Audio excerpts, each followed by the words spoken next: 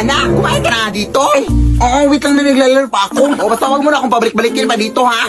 Para naman yung likod ko. At medyo mabigat yung pakiramdam ko. Kaya wag mo na akong pabalik-balikin dito, ha?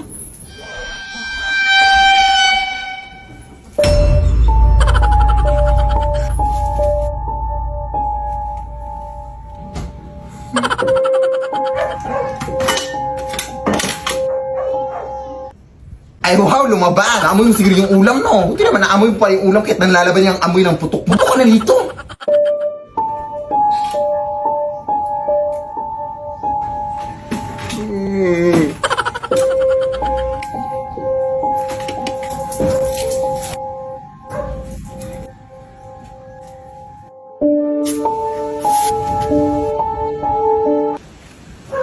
Ano bang tinitingin-tingin mo sa taas? Ewan ko sa'yo, eh. Lead me, Lord.